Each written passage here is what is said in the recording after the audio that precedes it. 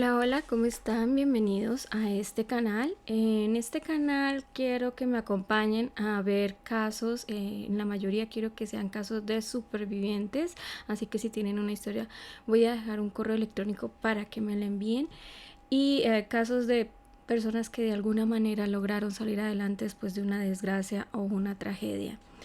El día de hoy quiero iniciar con un caso que realmente ha sido súper controversial, súper conocido. Me imagino que ustedes han escuchado hablar de la Iglesia de la Luz del Mundo y de su carismático y, bueno, valga la redundancia, muy controversial líder. Así que el día de hoy quiero que me acompañen a hacer como un análisis, un desglose o conocer un poco más, profundizar un poco más en la historia de este líder y de las cosas que sucedieron.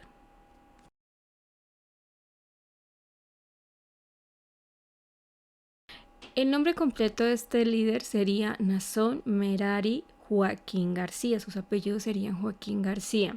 Él nació el 7 de mayo de 1969 en Guadalajara, Jalisco, en una familia conformada por su papá Samuel Joaquín Flores y su mamá, la señora Eva García López, y sus 7 hermanos, siendo Joaquín el quinto.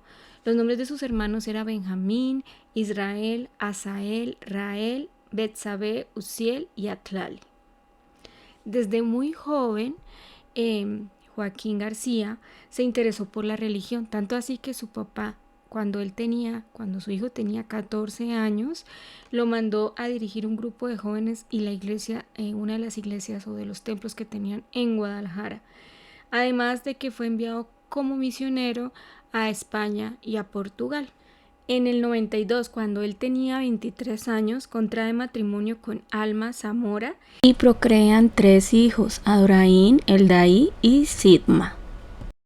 2 años después de su boda, es ungido como diácono en California y luego como pastor y funge con esta labor como hasta el año más o menos hasta el año 2000.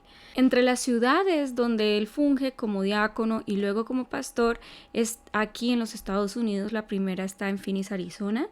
También está en Huntington Park, en North Hollywood, Los Ángeles, Santa María, Santa Marta, San Diego y Santa Ana en California.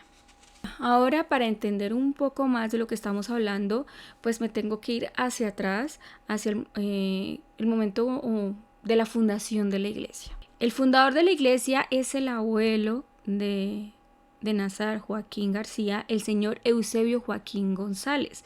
En 1925, siendo él un militar combatiente de la Revolución Mexicana, él está viviendo con su esposa en Chihuahua y él se convierte a la iglesia pentecostal. Él tiene su bautismo. Después de su bautizo y conversión a la iglesia pentecostal, en una madrugada del año 1926, él tiene un sueño o lo despierta algo en su sueño.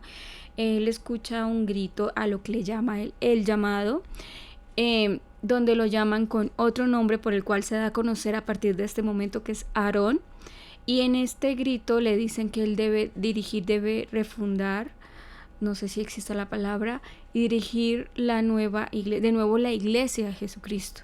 Y le enseña una ruta que él debe seguir a partir de ese momento como peregrinación. Así que él, ni corto ni perezoso, esa misma semana con su esposa toman camino y por 6 meses peregrina por varios estados de la República Mexicana. En diciembre del mismo año de 1926, después de estar 6 años en algunos estados y de haber sido encarcelado, ya que lo que él predicaba era anticatólico, él llega a Guadalajara y se instala en una casa rentada en la calle 46 del sector Libertad. Y allí, para poderse mantener a sí mismo, a su esposa y o el primer bebé que venía en camino, ellos empiezan a producir buñuelos y con ayuda de sus primeros seguidores los venden en las entradas de algunos templos. Gracias a las ganancias, que son bastante buenas, por el negocio que tenían, se pueden permitir comprar un terreno donde establecen una casa hecha de adobe y teja, de lámina, y establecen la primera casa de oración en donde este señor, el ahorita llamado Aarón, y su esposa se van a vivir. El 31 de diciembre de 1939 fundan la segunda casa de oración. Esta está ubicada en la calle Sotero 840. Todo esto es gracias al trabajo de sus mismos seguidores. Aarón, ya se hacía llamar el hermano Aarón, quería fundar una colonia donde sus seguidores pudieran vivir con sus familias, y él quería que esta colonia tuviera murallas para poder alejar a sus seguidores de las malas influencias que había en la sociedad. El terreno que eligieron era una ex hacienda del Pájaro, en lo mismo aquí en el área metropolitana de Guadalajara, y allá se empieza a construir lo que es llamada Bella Provincia, que hoy existe, que incluso es la actual ciudadela de la Luz del Mundo. Allí es donde se encuentra la sede principal de la iglesia. En 1935, la Iglesia La Luz del Mundo ya cuenta con un registro ante la Secretaría del Gobierno. El monumental templo, que lo van a estar viendo en las fotografías, es hermoso, realmente es hermoso. Se encuentra en el centro de la bella provincia, como les estaba contando, y es el emblema de la iglesia, única en México por las dimensiones y la arquitectura que tiene. En ella pueden albergar hasta 17,000 personas, que incluso cada año van a hacen una multitudinaria peregrinación al templo, y se congregan todos los fieles. Incluso vienen no solo de todo el continente, sino vienen de países muy lejanos, tan lejanos como Israel. El nombre de la iglesia proviene del fragmento bíblico en Juan 8:12 al 36, donde Jesús declara: yo soy la luz del mundo. El 9 de junio de 1964, Aarón Joaquín González muere, y el liderazgo de la iglesia lo asume su hijo Samuel Joaquín Flores. Él apenas tenía 27 años. En ese punto, el grupo religioso ya contaba con alrededor de 100 templos, principalmente ubicados todos en Guadalajara, y alrededor de 15,000 fieles. En mayo de 1962, 2 años antes, Samuel se había casado con Eva García López y tiene a sus 8 hijos, que ya los habíamos nombrado. Entre el puesto quinto está Nason Merari Joaquín García. Bajo la administración de la iglesia de Samuel, creció tanto en México como en el extranjero. En el 2010, la iglesia contaba con alrededor de 188,000 seguidores, y en México, según el Censo de Población y Vivienda de INEGI. El 8 de diciembre del 2014, a causa del cáncer, tras 50 años de estar al frente de la iglesia, el líder espiritual Samuel fallece, y su hijo Nazón toma el puesto como líder de la iglesia y hereda no solo esta iglesia ya tan grande, sino que también la iglesia ya tenía en ese punto como 190,000 fieles, sino que también hereda todo un emporio inmobiliario que no solo estaba en el área de México, sino también en los Estados Unidos. El 14 de diciembre, 7 días después, es cuando Joaquín García se posesiona en su nuevo puesto como presidente de la Iglesia La Luz del Mundo. Es el tercer líder en sucesión tras 93 años de haber sido fundada. Ok, ya haber hablado un poco de la fundación de la iglesia, vamos a abarcar el tema espinoso. Es un tema un poco delicado, voy a tratar de no mencionar los delitos tal cual para evitar que nos censuren. Espero que me puedan entender cuando me refiera a ellos, y voy a tratar de no profundizar mucho para no herir susceptibilidades, pero no dejar de nombrar las cosas importantes. Los 3 patriarcas que han dirigido la iglesia han sido acusados de abusar de sus propios feligreses. Ahí es donde estalla todo el escándalo. Durante los años 90, el periódico The Los Angeles Times realizó una investigación en la cual expuso el caso de una mujer de 31 años que fue integrante de la iglesia y ella aseguraba haber sido abusada cuando era una menor de edad por Samuel Joaquín Flores. Y ella, junto a otras 3 ex feligreses y supuestas víctimas, entablaron una acusación y procedieron jurídicamente, pero fue desestimada por falta de evidencia. En el país donde eran ellos, nunca se entabló una investigación, nunca habían testigos, nunca, aunque hubieran acusaciones, nunca se les citó ni a Samuel ni a Nazar, nunca, y bueno, más adelante vamos a entender el porqué. Y es por eso que la organización, la cúpula de la iglesia, siempre ha negado tales acusaciones. Después de pasar 1633 días frente al liderazgo de la iglesia, el 4 de junio del 2019 en el Aeropuerto Internacional de Los Ángeles, en California, es detenido Nazar Joaquín García junto a 2 de sus secretarias, colaboradoras. Una era Alondra Margarita Ocampo, de 36 años, y la otra era Susana Medina Oaxaca, de 23 años. Estaban buscando a una tercera que estaba en ese momento prófuga. Ellos fueron detenidos y acusados por delitos muy fuertes relacionados al abuso y al tráfico de personas y a no sé, una manera menos fuerte de decirlo, a la representación visual y muy descriptiva donde incluyen menores. Espero que me hayan entendido este tipo de fotografías que están totalmente prohibidas. Esta denuncia penal fue presentada ante el Tribunal Superior del Condado de Los Ángeles y al Departamento de Justicia de California.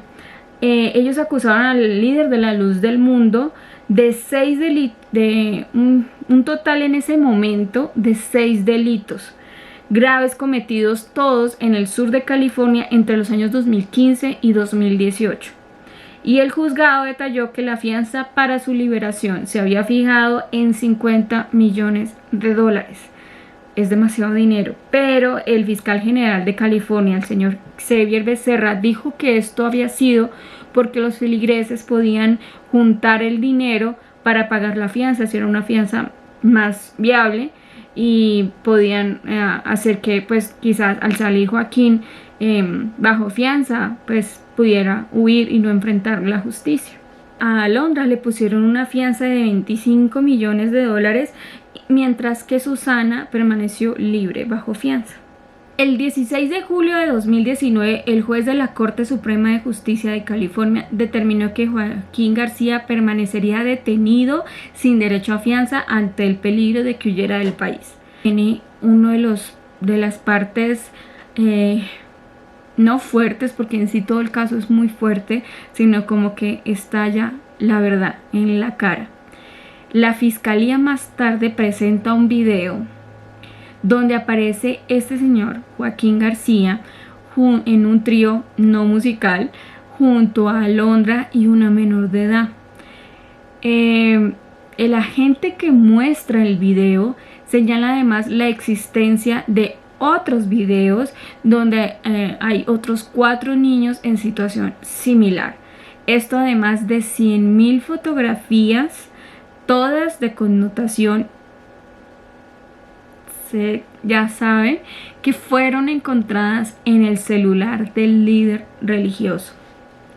Luego, en abril del 2020, la Corte de Apelación de California desecha uno de los cargos del delito que empieza por V, infantil, pero le quedan otros 13 cargos. O sea, fue desestimado un cargo, pero aún le quedaban 13 cargos más, ya que no había suficiente evidencia. Y la fiscalía señaló que esto fue a causa de un error de procedimiento. Para el 31 de julio del 2020, la oficina del fiscal Xavier Becerra volvió a presentar, pero en este punto ya presenta 36 cargos criminales contra Joaquín García. Entre ellos está el delito de forzado y actos lascivos contra un menor, además de extorsión, posesión de imágenes de las antes mencionadas, esas imágenes fuertes que incluyen a niños, y presuntamente estos delitos fueron cometidos entre junio del 2015 y junio del 2019, casi un año después de haber asumido su puesto como líder.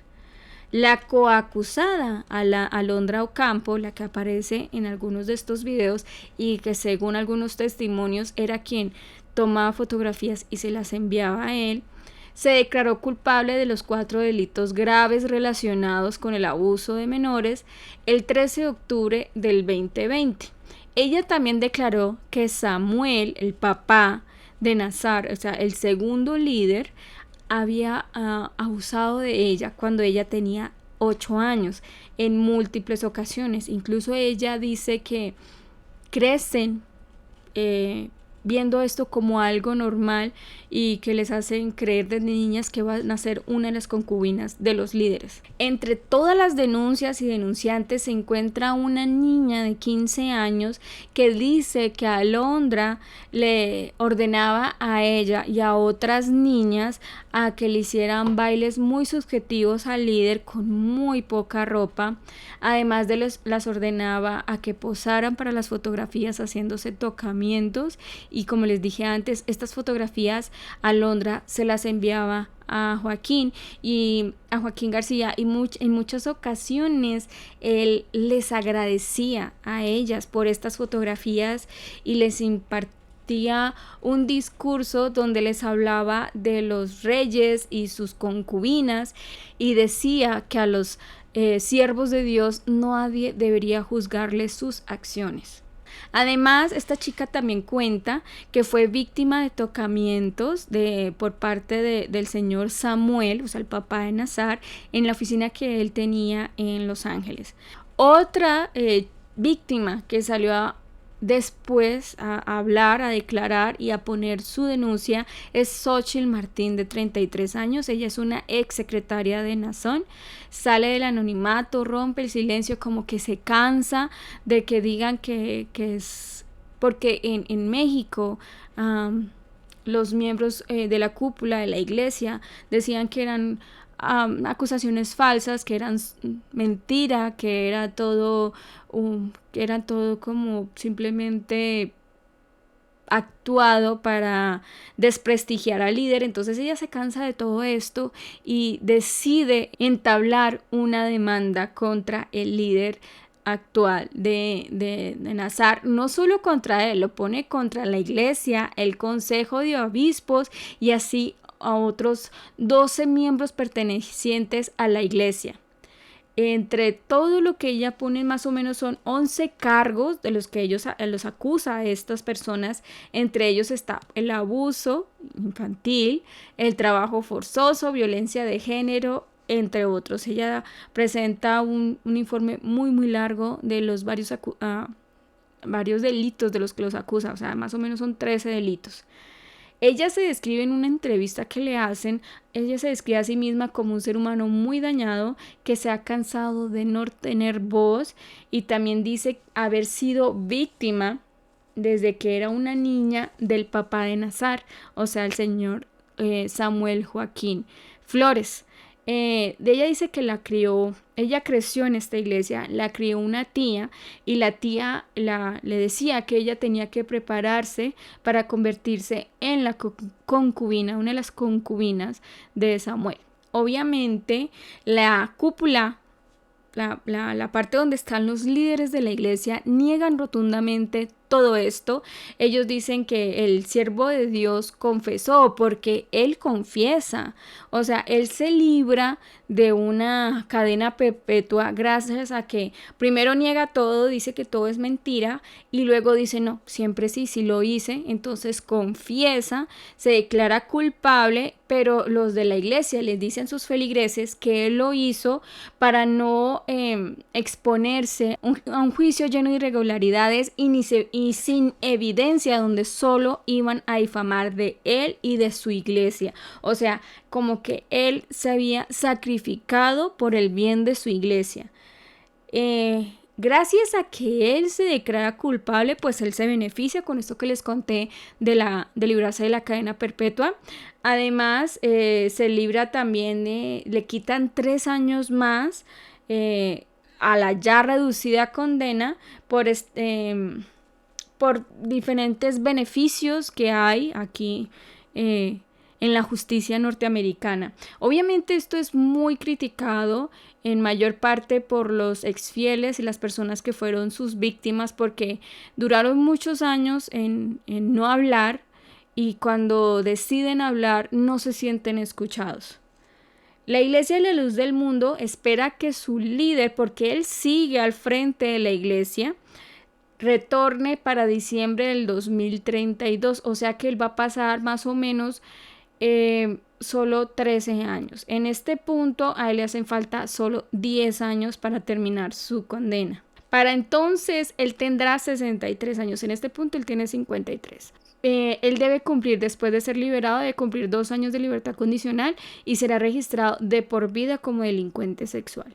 Es un tema de verdad muy escandaloso, es un tema muy delicado, sobre todo cuando incluyen a los niños, y más si son niños que son criados, porque los adoctrinan desde chiquitos a que tienen que hacer lo que las escrituras, porque usan las escrituras a su acomodo para poder decirle a la gente cómo se deben comportar. Entonces, para esto quiero hablarles un poquito más de la ideología que tiene la Iglesia, la Luz del Mundo. La Iglesia, el nombre completo sería la Iglesia del Dios vivo, columna y apoyo de la verdad. En sí, el nombre diminutivo sería la Luz del Mundo, o simplemente la Iglesia Luz del Mundo, o simplemente Luz del Mundo. Es una organización cristiana unicitaria y restauracionista presente en diversos países, y la sede principal se encuentra en Guadalajara, Jalisco, México. Unicitaria, ¿qué significa unicitaria? Unicitaria es una de las 5 ramas del pentecostalismo moderno, y esta se caracteriza por practicar la doctrina de la unidad de Dios, es decir, ellos no creen en la Santísima Trinidad. Ellos consideran que, como los católicos, el Padre, el Hijo y el Espíritu Santo es solamente la manifestación de uno solo, que es Jehová. Y que es restauracionismo. El restauracionismo también es como el primitivismo cristiano. Es la creencia de que el cristianismo debe restaurarse a ese cristianismo, a la iglesia apostólica primitiva, a las primeras enseñanzas de Jesucristo, buscando la forma de religión más pura y antigua. Allí, en esta iglesia, los hombres se visten siempre muy formal, con el cabello corto. Las mujeres usan ropa muy retacada y cubren normalmente sus cabezas, sus cabellos, con un velo. Según el INEGI, que es el Instituto Nacional de Estadística y Geografía en México, hacia el año 2000 la iglesia estaba conformada por mucho menos de 200,000 feligreses. Para el 2010 ya contaba con 188,336 miembros en este país. Esto difiere un poco de las estadísticas propias de la iglesia. Ellos han dicho que para el 2000 ya tenían cerca de 1,5 millones de seguidores en México, y de unos 5 millones de seguidores en total, sumando 28 países. También en el sitio oficial, en el 2014, dice que habían realizado un total de 5 millones de bautismos en 50 países. Con todo esto, ellos afirman ser la segunda iglesia con más seguidores en México. La primera son los católicos. Según su creencia, se trata de la verdadera iglesia fundada por Jesucristo en el siglo I y restaurada en 1926 por Eusebio Joaquín o el hermano Aarón. Ellos establecen sus principios en la Biblia, sus creencias monoteístas y sostienen que Jesucristo es Hijo de Dios y Salvador del mundo. Por tratarse de una iglesia no trinitaria, rechaza la doctrina de la Santísima Trinidad, se bautizan en el nombre de Jesucristo y no en el nombre del Padre y del Espíritu Santo. Consideran el bautismo en agua como válido solo en nombre de Jesucristo. Creen que la iglesia establecida por Jesucristo es para todas las naciones y para todo aquel llamado a la salvación. También creen en la segunda venida de Cristo. Consideran que la Biblia, a la que llaman letra muerta, debe ser únicamente interpretada por los enviados de Dios, en este caso para ellos, los varones. Ok, después de haber profundizado un poco más en la ideología y doctrina de la Iglesia, ya para cerrar este video voy a hablar de las controversias y hacer una actualización del caso. Entre todas las controversias que rodean, aparte de la obvia, a esta iglesia se encuentran, yo enumeré como que las tres más destacadas, porque la verdad hay muchas controversias. Entre una de estas está un rancho aquí en Texas, se llama el Silver Wolf Ranch. En mayo del 2008 el periodista Todd Bestman realizó una investigación para el diario San Antonio Express, donde descubrió una millonaria inversión de Joaquín Flores, padre de Nazón, un rancho de unas 138 hectáreas que se localiza a un costado de la carretera interestatal 10 en la 900 Savage Ranch Road en Seguin, Texas, Guadalupe County. Esto está entre San Antonio y Houston, Texas. Además de ser un rancho enorme, donde hay un zoológico, un museo de autos de lujo, pistas de aterrizaje, pista de carrera de caballos, entre otras excentricidades. La controversia se genera ya que las comunidades locales criticaban que estuviera cerrado al público, ya que las leyes federales en los Estados Unidos requieren que las organizaciones que están exentas de impuestos promuevan su propósito o finalidad para el beneficio del público y no para su riqueza personal. Hoy la propiedad está evaluada en 4 veces su valor inicial, en más o menos unos 4.1 millones de dólares, y el actual dueño es otro de los hijos de Joaquín Flores, que también es pastor de la congregación en el área de Texas, el hermano mayor de Nazón, Benjamín. Para que tengan una idea de la magnitud de este rancho, dicen que es una combinación entre la hacienda Nápoles del narcotraficante colombiano Pablo Escobar y Neverland en California del cantante fallecido Michael Jackson. Hoy en día el rancho está dividido en dos partes: la zona pública, donde está todo el zoológico, el museo, la pista de carreras, el área de alimentación y cuidado de animales, y el área privada, que es donde está la casa donde vive la familia Joaquín. En este caso a ellos los llaman la familia real. Hay muchos rumores que rodean este rancho, rumores que están en los pueblitos aledaños.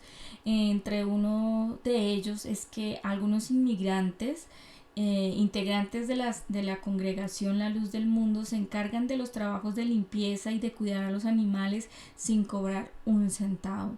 También las personas al principio veían llegar camionetas con vidrios polarizados y creían que tal vez era perteneciente este rancho a un narcotraficante, así que las autoridades siempre estaban muy vigilantes, pero pues nunca se supo nada.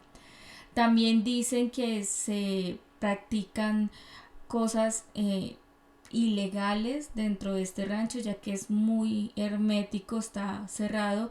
Siempre prometen abrir el zoológico al público, siempre prometen que eso va a suceder, mientras pues los hijos de la familia pueden usarlo y acceder a ellos sin problema.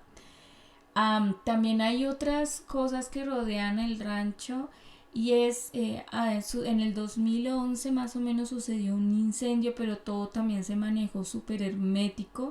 No hubo acceso a nada por parte, digamos, de información o algo. Y bueno, el rancho es visible desde la carretera de la Interestatal 10. Ustedes si pasan por allí lo pueden ver. Se pueden ver también algunos animales como búfalos, pero más adelante, o sea que se pueda ver la casa desde la carretera, no es posible. La verdad es que el rancho es enorme. Otra de las controversias que rodean a esta familia es una que sucedió un mes antes de que Nazón fuera arrestado, el 15 de mayo, por gestión del senador del PVM, Rogelio Israel Zamora Guzmán, y la Asociación de Profesionistas y Empresarios de México se rentó el Palacio de Bellas Artes para una gala operística, entre comillas, en la que presuntamente se le rinde homenaje al apóstol de Jesucristo por su aniversario. El Instituto Nacional de Bellas Artes y Literatura aclaró que solo se trató de un evento artístico y cultural al que asistieron múltiples empresarios y políticos, como el presidente del Senado Martí Batres y el diputado federal morenista Sergio Mayer, que fue acompañado por su esposa. Pero la controversia está en que desde el momento en que se estaba anunciando este evento, los espectaculares o las pancartas o la publicidad decía que era un homenaje al apóstol de Jesucristo. Ya una vez estalla el escándalo y el señor Nazón fue arrestado, muchos se deslindaron y dijeron que solo habían asistido al evento cultural, mientras que el senador Rogelio Israel dice que no se arrepiente y no se retracta en ningún momento de haber rendido un homenaje al señor Nazón Joaquín García. Otro de las controversias que quería destacar está el del llamado un grupo selecto dentro de la misma iglesia llamada los incondicionables. Dice que era un orgullo pertenecer a los incondicionables porque eran las personas más cercanas al líder y de los que tenían pues su absoluta confianza. Se calcula que las incondicionales era un grupo conformado por más o menos unos 1500 miembros, en su mayoría eran pastores, sus esposas e hijos, que vivían en distintos países donde la luz del mundo tiene mayor presencia. Un ex miembro de este selecto grupo de círculo de confianza del líder asegura que la fe de los incondicionales era tan fuerte o es tan fuerte que las madres del grupo entrenaban a sus hijas para complacer al líder que estuviera en turno.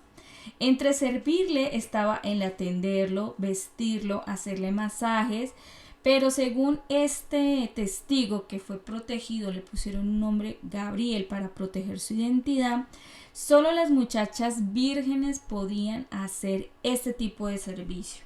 Este chico que da testimonio cuenta que en el 2015 veía como un grupo de niñas pertenecientes a las incondicionables entre los 14 a los 18 años practicaban cómo dar un baile privado al líder Nazón. Para este baile se vistieron, según lo que él cuenta, como Pocahontas, pero en vez de un top usaban cocos para tapar sus pechos.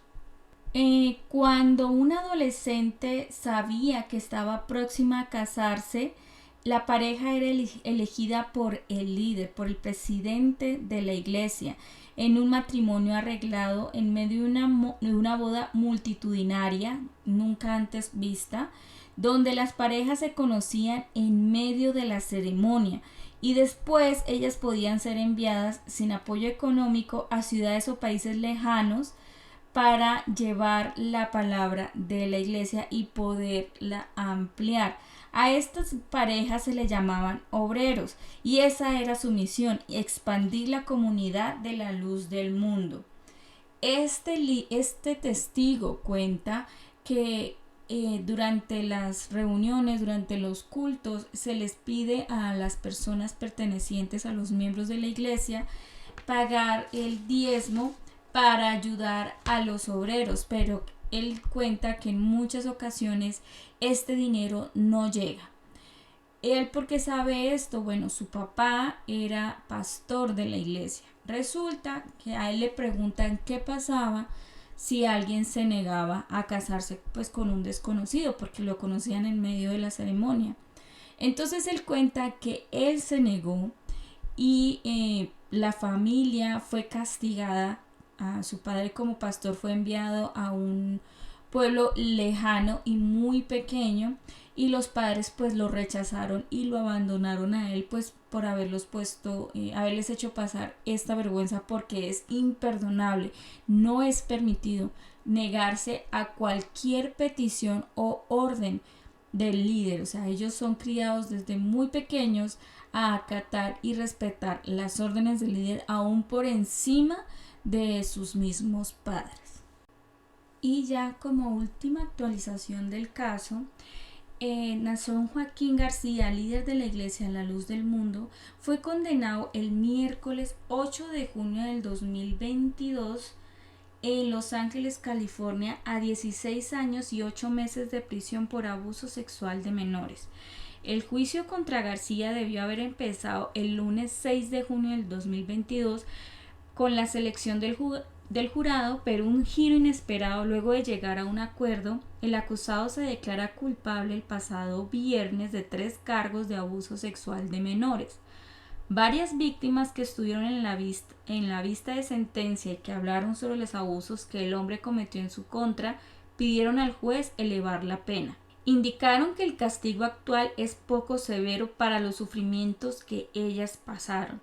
Dijeron además que la fiscalía no les comunicó que establecerían un acuerdo con el hoy convicto.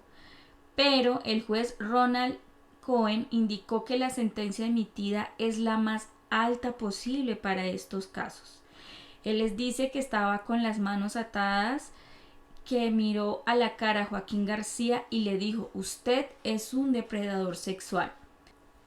Tras conocerse la sentencia, la Iglesia La Luz del Mundo emitió el mismo miércoles 8 de junio un comunicado en el que explicaba a su feligresía que Joaquín García ha tomado la decisión de aceptar un acuerdo con la Fiscalía para minimizar su sentencia en prisión con el fin de recuperar su libertad. Insistió que lo hizo tras un proceso injusto para evitar a la Iglesia y a su familia semanas de acusaciones públicas infundadas, y manifestó su apoyo a su líder. Él seguirá administrando la Iglesia desde el lugar donde se encuentre. En la audiencia estuvieron varios de sus líderes como Uziel Joaquín García, hermano del convicto.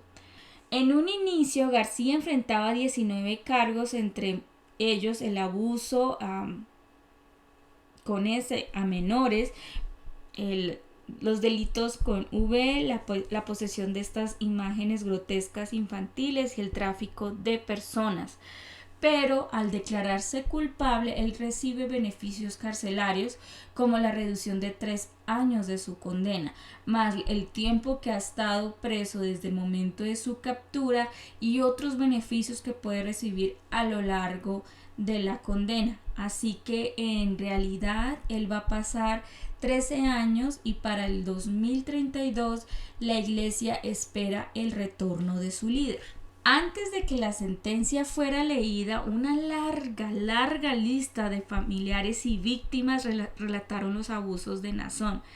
Decían que es un hombre peligroso. Dice una de ellas que describió todo el abuso que sufrió a manos de este hombre.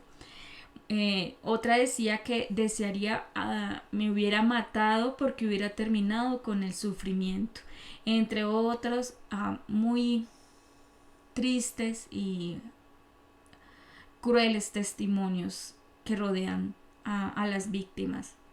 Por otro lado, Alondra Margarita Ocampo se declaró culpable de los 4 cargos y estaba dispuesta a testificar en contra del máximo pastor de la Iglesia de la Luz del Mundo. Su abogado ha pedido una sentencia reducida para ella por su amplia cooperación con las autoridades y los 3 años que ha estado ya detenida. esta mujer reconoció haber reclutado a 3 adolescentes para que él las abusara de manera muy invasiva. El líder de la Iglesia La Luz del Mundo, o sea, Naasón Joaquín García. Ella recibiría una sentencia más o menos de unos 3 a 4 años. En este punto ella tiene ya 39 años. Ella espera que se le imponga una sentencia de los 4 años por la amplia colaboración que ha tenido con el gobierno de California. Eso significaría que estaría próxima a su liberación de un penal para mujeres en Leawood, considerando que pues ya ha pasado 3 años y unos cuantos meses tras las rejas desde el momento que fue arrestada el 3 de junio del 2019.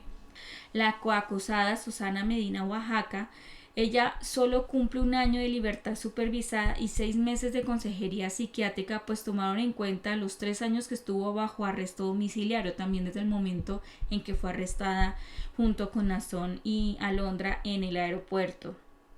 Ok, en sí este caso es demasiado amplio, tiene muchas vueltas. La familia de Naasón, sus hermanos, sus hijos no están exentos a polémicas. Hay otras polémicas que los rodean, pero pues no quise tocarlas aquí porque no tienen mucho que ver con el caso. Pero sí es un caso muy fuerte. Es demasiado todo lo que rodea esta situación. Lo que se tiene pues ya en certeza es que el señor Naasón Joaquín García tendrá que pagar su condena. Le quedan 10 años de cárcel. Alondra estará próxima a ser liberada.